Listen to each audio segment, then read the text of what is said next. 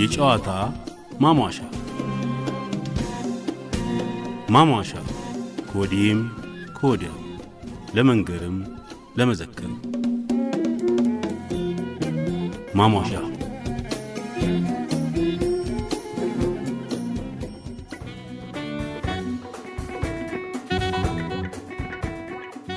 ሁልጊዜ የምናስብላቸው 14 ሚሊዮን ልጆች አሉ። ከጉራጌ ሴት የሚወለድ ልጅ ኢትዮጵያን ለብዙ ዘመን ይገዛል የሚል ትንቢት ነበርና በዛ ሳቢያ መኳንንቱ ሁሉ በጉራጌ ሴት ላይ ሽሚያ በያዘበት ጊዜ ምኒልክም ወይዘሮ ወለተ ስላሴ የሚባሉትን ይዘው ነበር ይባላል።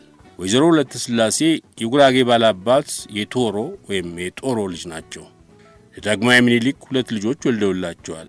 ያኔ ወይዘሮ ባፈና በሕይወት ነበሩና ምኒልክ በወይዘሮ ወለተ ስላሴ ፍቅር መያዛቸውን እንዳወቁ ራሴ ዞሯል አበድኩ ብለው ለጥቂት ጊዜ ታመው ነበር ይባላል።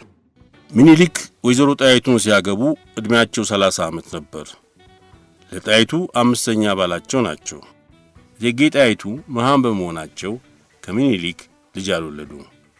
አንድ ቀን ምኒልክ የልጅ ነገር አንስተው ከጣይቱ ጋር ሲጫወቱ እግዚአብሔር ለምን ልጅ አልሰጠንም ጣይቱ ብለው ይሏቸው፣ ጣይቱ ሲመልሱ ለምን በዚህ ያዝናሉ?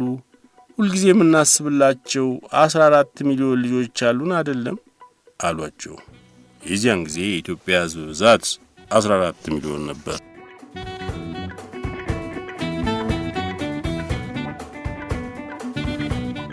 እንዲህ ያለ ንጉሥ የንጉሥ ቂናጣ ውሃ በመዘውር ሰገነት አወጣ። አሁን ከዚህ ወዲያ ምን ጥበብ ሊመጣ?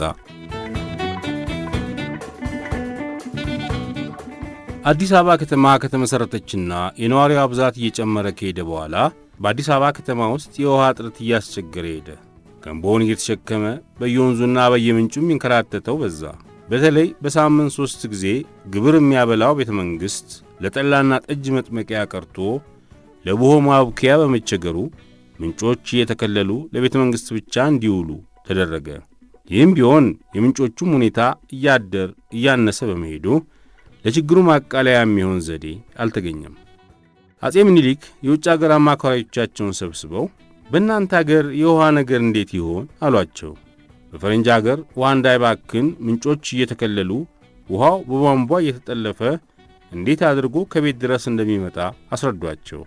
ያ ቧንቧ የተባለው ሥራ እንዲሠራ ዋና አማካሪያቸውንና መሐንዲሳቸውን ሙሴ ኢልግን አዘዙት። ኢልግ ፕላኑን አወጣ። አሰራሩንም ለአጤ ምኒልክ አሳየ።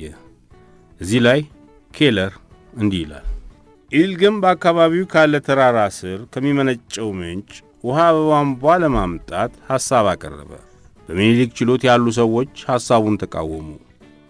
የተቃወሙትም ውሃን ከተራራ ወደ ታች ማምጣት ይቻላል እንጂ ከታች ወደ ተራራ ማውጣት አይቻልም ብለው ነው። ምኒልክ ግን በኢልግ ሐሳብ ተስማምተው እንደ ኢልግ አስተሳሰብና ፕላን ቧንቧዎች ተዘረጉ። ምኒልክ ለቧንቧው መግዣ 7000 ማትሬዛ ብር ሰጥተዋል። ይህ 7000 ብር የጨረሰው ቧንቧ የመዘርጋት ሥራ በ1886 ዓ.ም በጥር ወር አለቀ።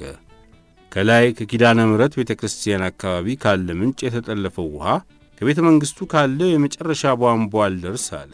ቧንቧውም ሲከፈትም ጠብ የምትል ውሃ ታጣች። ውሃው የቀረበት ምክንያት ይፈለግ ጀመር። ወደ ኬለር መጽሐፍ ብንመለስ ኢልግ እንደገና ሥራውን ይፈትሽ ጀመር። በፍተሻው እንደተገኘው ውሃው ሊመጣ ያልቻለው ቧንቧው በጥጥ ፍሬ በመደፈኑ ሆኖ ተገኘ። ጥጥ ፍሬው ተጠርጎ ከወጣ በኋላ ውሃው ከቤተ መንግሥቱ ደረሰ። ሥራውም ተደነቀ። ያ የቧንቧ ውሃ በ1886 ዓ.ም ማለት አዲስ አበባ ከተማ በተመሠረተች በ7ኛው ዓመት ከቤተ መንግሥት ደረሰ። በዘመኑ የነበሩት ጸሐፌ ትእዛዝ ገብረ ሥላሴ ስለ ቧንቧው ሲገልጡ አደባባዩ ላይ ውሃ በመዘውር ገብቶ ይፈስ ነበር። የውሃውም አመጣጥ እንዲህ ነው። አጤ ምኒልክ መሐንዲሱን አዘው ከንጦጦ ደጋ መሐንዲሱ በኖራ እያስገነባ ውሃውን በቦይ አመጣው። አዲስ አበባም ከሜዳው ላይ በደረሰ ጊዜ ጉድጓድ በሰፊው ተቆፍሮ ውስጡ በኖራ ባሸዋ በከሰል እንዳይደፈርስ ሆኖ አምሮ ተበጀ። ከዚያ ላይ ከፈረንጅ አገር በ7,000 ብር ተገዝቶ የመጣ የውሃ መዘውር ተተከለበት። መሐንዲሱ መሬቱን በትክክሉ እያስቆፈረ ኖራውን እያስነጠፈ መዘውሩን እያቀጣጠለ ከቅጥሩ ውስጥ አደረሰው። ከቅጥሩም በደረሰ ጊዜ በማለፊያው ቤት መካከል እየፈሰሰ መጣ። ደግሞ አዳራሹን ወደ ግራ እያደረገ አደባባዩ ገባ። አደባባዩን በደረሰ ጊዜ እንደዚሁ ተቆፍሮ በኖራ በሲሚንቶ ተበጅቶ ሥራውም እንደ ሰሃን እንደ መሶበ ወርቅ ያለ ነው። በአራቱ ማዕዘን እንደ ምንጭ ይፈሳል። ከታች የባሕር መቆሚያ አለው። የውሃም ውሃ በእልፍኙም ደጃፍ ይፈሳል፣ አትክልቱንም ያጠጣል። ከእልፍኙም ደጃፍ ላይ በኖራ በሲሚንቶ ተሰርቷል። መቅጃው የሸማ ማጠቢያው ለየብቻ ነው። የአጤ ምኒልክ የእቴጌ ጣይቱም ድርቦች የባለሟሎቹም የእልፍኝ አሽከሮቹም ልብስ ማጠቢያ በልዩ ልዩ ተሰርቷል። የውሃ ከገባ ሸማ ለማጠብ ወንዝ የወረደ ሰው የለም። በእልፍኙ በሰገነቱም መሃል ለመሃል ይፈሳል። በግብርም ጊዜ በአደባባዩ ይፈሳል። ይህንንም ውሃ ሁለቱ ይጠጡታል። የሚጠጡትም እነዚህ ናቸው።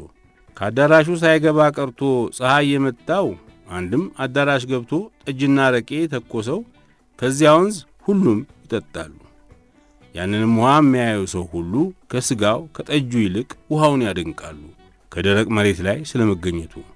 ንጉሠ ነገሥቱም ከአዳራሽ ወደ እልፍኝም ሲመለሱ ውሃውም በመዘውር ተመልሶ ወደ ታዘዘበት ይፈሳል ሲሉ ጽፈዋል። በዘመኑም እንዲህ ያለ ንጉሥ የንጉሥ ቂናጣ ውሃ በመዘውር ሰገነት አወጣ፣ አሁን ከዚህ ወዲያ ምን ጥበብ ሊመጣ ተብሎ ተገጥሞ ነበር።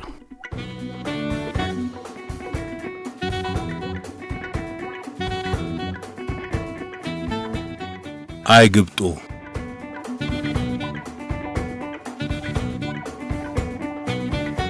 ግብጦ የጣና ሐይቅ ተፋሰስ ከሆኑት የምዕራብ ጎጃምና የደቡብ ጎንደር ዞን አካባቢ የሚበቅል ተክል ነው። ኧረ እንደውም አረም ነው። መርዛምና ገዳይ ንጥረ ነገር ያለው አረም። የግብጦ ፍሬ ለሰውም ሆነ ለእንስሳት አደገኛ የሆነ እስከ ሞት የሚያደርስ ተክል ነው። ይህ አደገኛና መርዘኛ አረም እንዴት ኢትዮጵያ ገባ? ለምንስ ግብጦ ተባለ? ግብጾች በታሪክ እንደሚታወቀው የአባይን ምንጭ ለመቆጣጠር የስንት ዘመን ህልም ነበራቸው።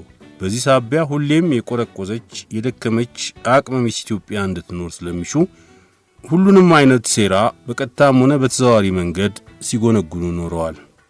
ከነዚህ ሴራዎቻቸው መካከል አንደኛው በአባይ ዙሪያ አደገኛና መርዘኛ አረም ማስፋፋት ነበር።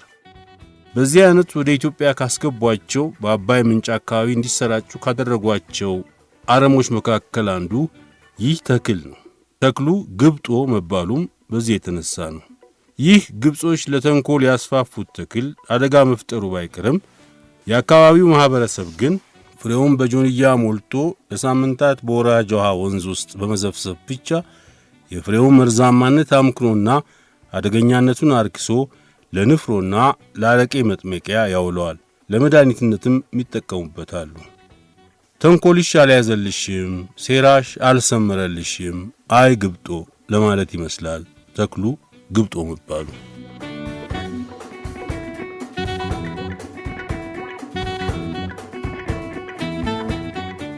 በጓድ ጥላውን ግዛው ሞት የኢትዮጵያ ተማሪዎች ማህበር የተሰማው የሐዘን ስሜት። ዩኒቨርሲቲ ግቢ ጩኸት በረከተ፣ የሴቱን አናቅም ወንድ አንድ ሰው ሞተ። ማን ሞተ ብላችሁ እስኪያትጠይቁ ጥቂት ሰዎች ናቸው ለሞት የታጠቁ። እስከ ዛሬ ድረስ ልቤ ሲከዳኝ ተምሮ ጥላውን ሞት አስተማረኝ። እንግዲህ አልፈራም አልጓጓም ለነፍሴ፣ ቦታ አግኝቻለሁኝ ጥላ ለፈረሴ። አንተ ጋር ገስክሷል ጥላውን መንፈሴ፣ እሪ በይ አገሬ ዛሬ ገና አልቅሺ፣ በጣም ስታምኝበት ጥላውን ከዳሺ። እኔስ አላለቅስም ምን ተጎዳሁና፣ እሱን የመሰሉ ልጆች አሉኝና። ሞተሃል እንዳንል አለህ ከልባችን፣ አለህም እንዳንል አትመጣም ቤታችን። ጀግናው ጥላውኔ የትግል ጓዳችን፣ አሳይተናል ግልጥ ነው ጉዞአችን። እንሞትላታለን ለውድ አገራችን።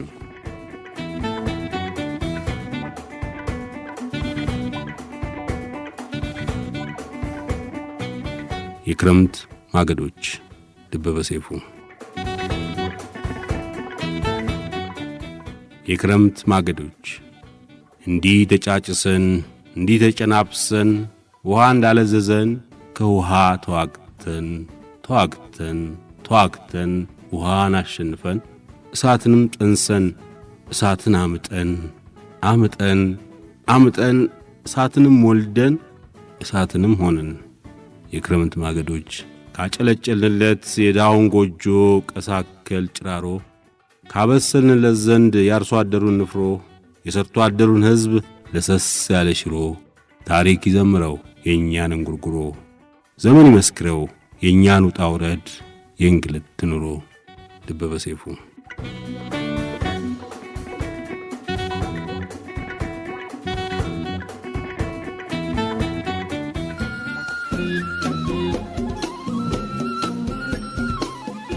የጨዋታ ማሟሻ